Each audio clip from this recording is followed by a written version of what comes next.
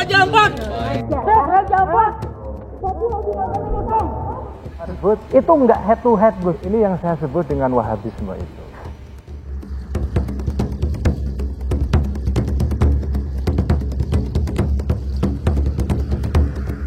Kalau kalian udah nonton debat di acaranya Rossi beberapa waktu lalu, tepatnya di YouTube-nya Kompas TV, pasti udah denger statement dari Gus Ulil kan, yang bisa dibilang kontroversial banget. Enggak, pertanyaan baliknya adalah, kenapa Anda begitu peduli untuk mengembalikan ekosistem awal?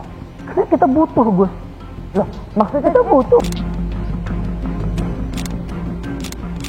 Saya sebagai santri yang kolot, katro yang setiap harinya hanya kebanyakan bercengkrama dengan huruf-huruf hijaiyah, mendengar dan membaca pernyataan Gus Ulil ini sebagai narasi fikih yang oke, dinamis, tapi juga bisa dibilang agak diplomatis ya. Karena dalam bahasa fikihnya, beliau itu bilang menambang batu bara bukan hal yang haram atau salah dalam pandangan fikih. Sebaliknya, itu cuma masalah khilafiyah, jadi sah-sah saja kalau ada perbedaan pendapat. Dan yang lebih mengejutkan lagi, beliau mengklaim bahwa positioning beliau adalah sebagai orang yang berada di tengah-tengah, nggak ekstrim kanan ataupun ekstrim ke kiri. Beliau menyebutnya sebagai anti-wahabisme lingkungan tapi juga gak ekstraktif yang serakah. Tapi pertanyaan dasarnya adalah, apakah yang dipermasalahkan orang-orang cuma soal halal atau haramnya tambang? Apakah hukum halal yang Gus Ulil tawarkan udah cukup buat ngebahas keresahan masyarakat soal layak gak sih PBNU ikut nambang?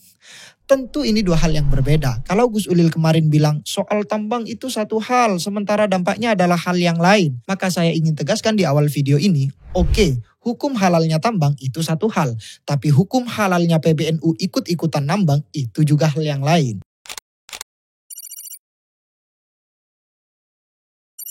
Apa yang disampaikan Gus Ulil dalam debat kemarin sebenarnya bukanlah hal yang baru dalam diskursus pertambangan. Jika teman-teman mengikuti secara seksama, narasi beliau dalam acara tersebut adalah bentuk lain dari tulisan-tulisan sebelumnya di laman Facebooknya setahun yang lalu. Setahu saya, Gus Ulil telah menjelaskan secara ilmiah pandangannya dalam 3 series tulisan, ditambah sebuah prolog yang menggambarkan sudut pandangnya secara global. Kalau kita mau meluangkan waktu untuk membaca dengan seksama seluruh argumen beliau tentang dunia pertambangan, kita akan lebih memahami apa, mengapa, dan bagaimana sebenarnya metode berpikir Gus Ulil bekerja. Saya paham, statement kontroversial beliau telah menyulut semangat para aktivis lingkungan, dan saya sangat menghormati semangat tersebut. Saya sangat respect. Namun sangat disayangkan ketika melihat ada sebagian teman-teman yang terlalu cepat menarik kesimpulan berdasarkan kutipan sepotong-potong atau ikutan terjebak dalam amarah digital yang tak sehat. Meskipun saya sendiri bukan pendukung Gus Ulil juga. Bagi saya, isu lingkungan adalah isu yang jauh lebih kompleks dan krusial sehingga tidak layak untuk direduksi menjadi sekedar persoalan siapa yang paling pro rakyat atau siapa yang paling peduli bumi. Kita semua perlu berpikir lebih jernih, kritis, dan bijak tanpa harus tergesa-gesa memihak atau mengecam tanpa memahami konteks sepenuhnya. Namun, memang perlu diakui, setidaknya menurut saya, Gus Ulil kemarin bisa dibilang gagal mengkomunikasikan gagasannya dengan baik. Topik utama yang harusnya menjadi perhatian khusus, yakni Chef Raja Ampat, malah digeser oleh beliau ke pembahasan yang lebih umum dan lebih luas mengenai hukum pertambangan. Ditambah lagi ketika ditanya secara spesifik soal Raja Ampat, jawaban beliau terkesan sangat diplomatis. Hanya mengatakan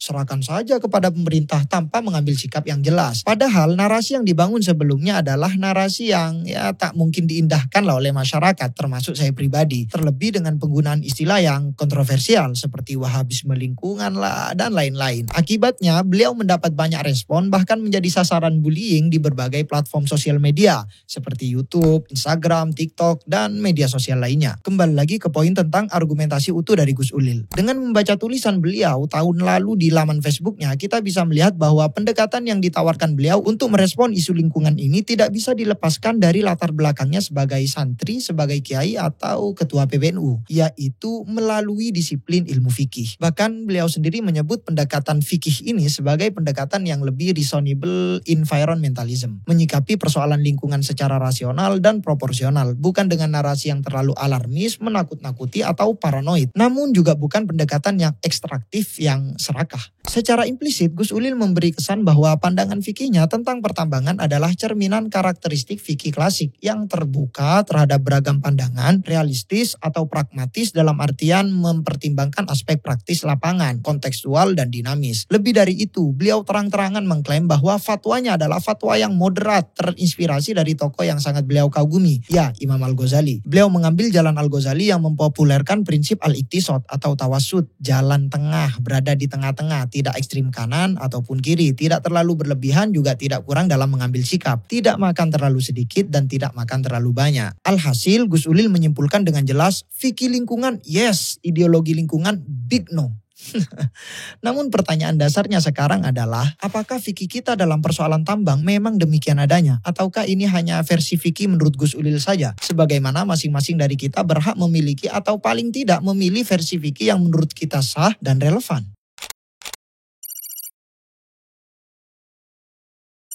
Nah, karena pendekatan Gus Ulil adalah berbasis fikih, saya ingin mengajak teman-teman buat membaca tulisan lain yang menurut saya sangat apple to apple untuk dihadapkan dengan argumen fikih tambang ala Gus Ulil. Tulisan ini dikemas dalam bentuk artikel opini dengan gaya bahasa yang engaging dan sangat mudah dimengerti, tapi tetap punya bobot ilmiah karena didukung data serta referensi akademis. Penulisnya adalah dosen saya sendiri di bidang logika dan usul fikih, yaitu Ustadz Wahid. Beliau juga bikin 3 series tulisan persis kayak Gus Ulil yang udah dimuat di berbagai platform online seperti wazanmedia.com, mahatali.com, dan lainnya. Tulisan ini dibuat setahun lalu, tepat setelah tulisan Gus Ulil muncul. Sempat dinotis sih sama Gus Ulil. Cuman dianggapnya hanya sebagai narasi yang mencoba berdialog di ruang alam ide, sehingga sampai sekarang paling tidak sepengetahuan saya, belum ditanggapi secara serius oleh Gus Ulil khususnya dalam aspek fikihnya. Sebelum saya menjelaskan lebih jauh soal gagasan dari Ustadz Wahid, secara singkat, fikih versi Gus Ulil menggunakan 2 pendekatan utama. Pertama, prinsip istishabul asli, yaitu kebolehan segala sesuatu dalam muamalah sebagai hukum asal. Yang kedua adalah prinsip kemaslahatan atau maslahat mursalah atau istilah yang dipakai Gus Ulil di debat kemarin yaitu multiple maslahat yang intinya adalah menimbang antara manfaat dan mudarat secara realistis. Nah, khusus untuk pendekatan yang kedua ini nanti bakal saya jelaskan lebih detail lagi lewat perspektif usul fikih ala Ustadz Wahid yang udah saya spoiler barusan.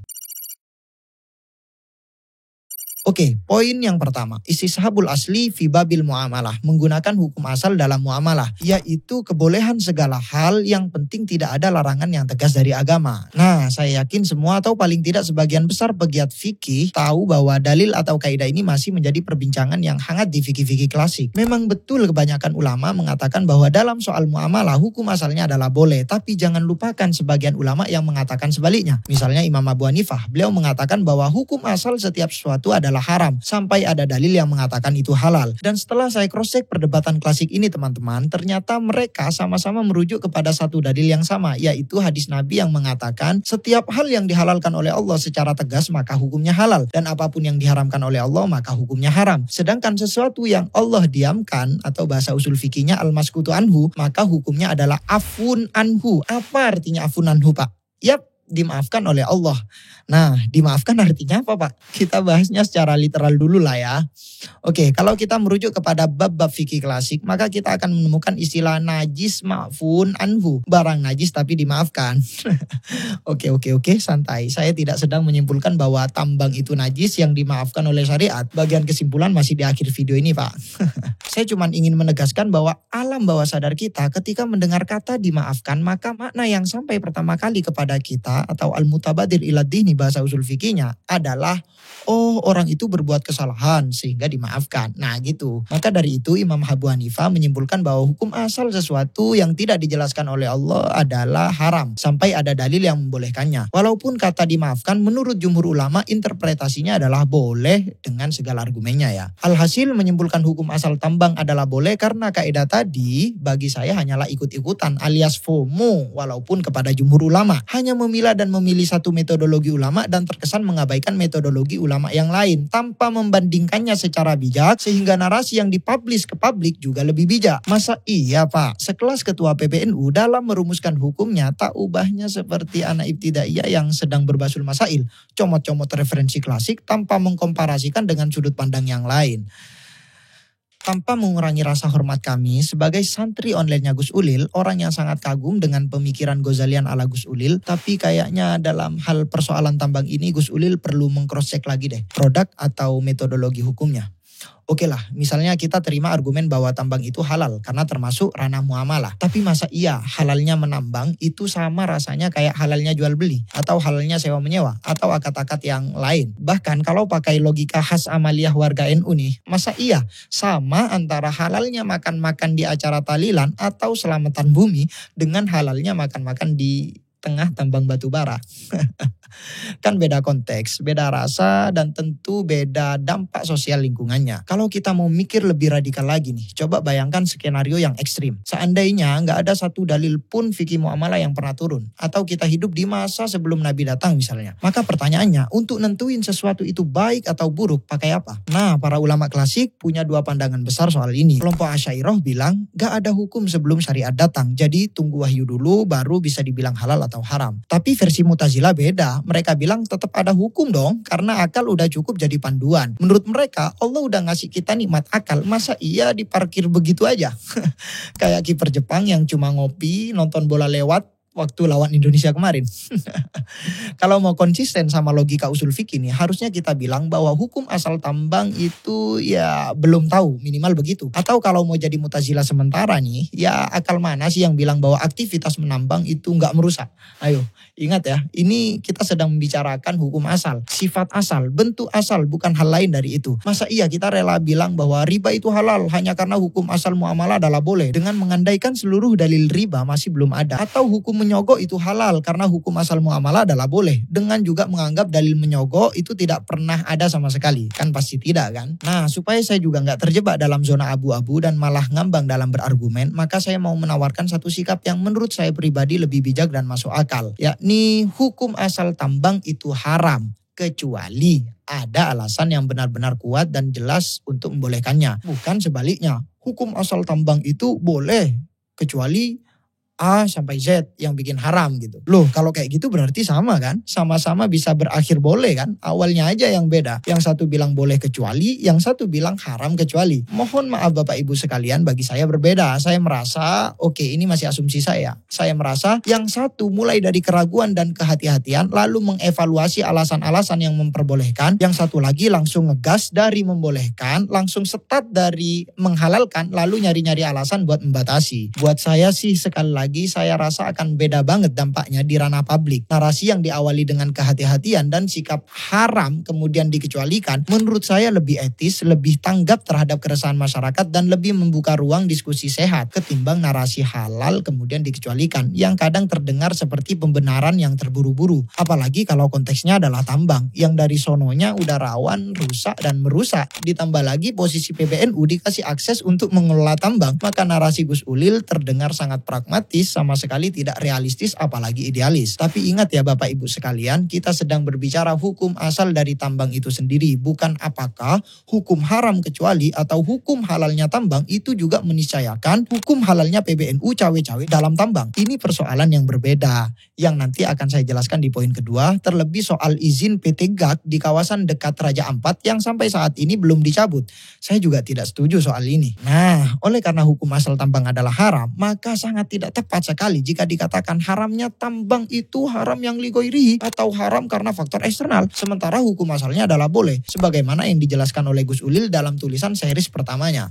No, saya tidak setuju itu. Hukum asal tambang adalah haram, haram fi aslihi, sementara hukum halalnya adalah pengecualian dari hukum asalnya, tentu dengan kadar-kadar yang akan nanti saya jelaskan lebih lanjut. Oke, untuk memperkuat argumen saya sendiri sekaligus mencoba mendalami argumen dari tulisan Gus Ulil, saya malah nemu satu celah logika yang justru ngeruntuhin argumen beliau sendiri. Ya walaupun sebenarnya ini lebih relate dibahas di poin kedua sih, tapi saya bocorin dikit lah ya. Dalam seri tulisannya, Gus Ulil sempat membahas konsep maslahat, mengutip satu kaidah sembari mencontohkannya dengan fikih klasik, yang menurut saya justru berbalik arah dari argumen awalnya. Gus Ulil mencontohkan situasi darurat. Ada seorang yang sedang berhaji dan kelaparan parah, lalu di hadapannya cuma ada dua pilihan untuk survive, makan bangkai atau makan daging hewan buruan, yang statusnya juga haram karena sedang ihram dan berada di tanah haram. Lalu fikih klasik kasih solusi, boleh makan hewan buruan karena dibandingkan bangkai level keharamannya lebih ringan. Nah, kalau kita ikuti alur logika kias yang dipakai Gus Ulil, berarti menambang itu dikiaskan ke hewan buruan itu dong. Tapi itu justru menguatkan bahwa hukum asal tambang adalah haram, karena dalam kasus itu dua-duanya sama-sama haram kan, hanya saja salah satunya lebih ringan. Lah kalau kayak gitu tambang itu sama kayak pilihan yang haram tadi kan, tapi cuma lebih ringan aja gitu daripada menajiskan tambang, kalau ikut analogi yang sah versi Gus Ulil.